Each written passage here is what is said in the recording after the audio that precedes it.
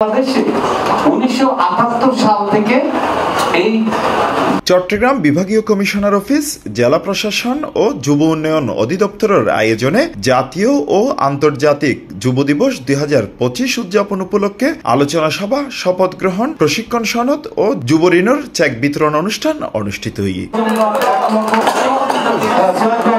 আগস্টের 12 তারিখ চট্টগ্রামের সার্কিট হাউজের কনফারেন্স রুমত চট্টগ্রামের বিভাগীয় কমিশনার ডক্টর মোহাম্মদ জিয়াউদ্দিনের সভাপতিত্বে প্রধান অতিথি হিসেবে উপস্থিত আছেন Chittagong city mayor doctor Shahadat Hossain. এ সময় তিনি হইয়ে একান স্বনির্ভর দেশ হিসেবে গড়ি তুলি বললাই যুবকলতন আগাইয়ন ফরিব এবং দেশরে ভালোবাসন ফরিব। যে আমাদের যুবকদেরকে এগিয়ে আসতে হবে এবং দেশকে ভালোবাসতে হবে এবং ভালোবাসার মাধ্যমে আমরা আমাদের যোগ্যতা দিয়ে এই দেশকে একটি স্বনির্ভর, দুর্নীতিমুক্ত, সমৃদ্ধশালী বাংলাদেশ গড়ে তুলব।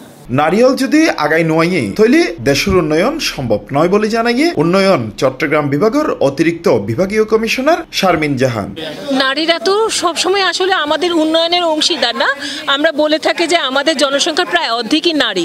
তাহলে এই নারীরা যদি এগিয়ে না আসে তা আমাদের টোটাল আমরা উন্নয়ন সম্ভব হবে না দেশে। অনুষ্ঠানত অংশগ্রহণ করতে আইন্য বিভিন্ন যুব সংগঠক হলে যুবকলর স্বাবলম্বী অনর্হতা তুলি ধরগি। তো আমরা যুব অধিদপ্তর থেকে বিভিন্ন ধরনের ট্রেনিং পেয়ে থাকি, কম্পিউটার ট্রেনিং, এরপরে মেয়েদের ব্লক বাটিং এবং ইত্যাদি ট্রেনিংগুলো আমরা পেয়ে থাকি।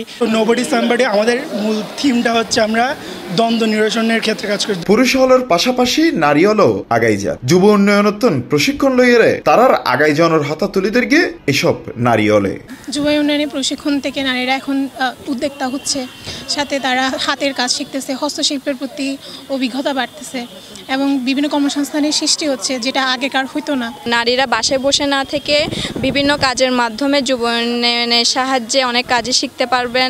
যুব সংগঠক হলের মাঝে ক্রেস্ট ও সম্মাননা সনদ প্রদান করিয়ে অতিথি হলে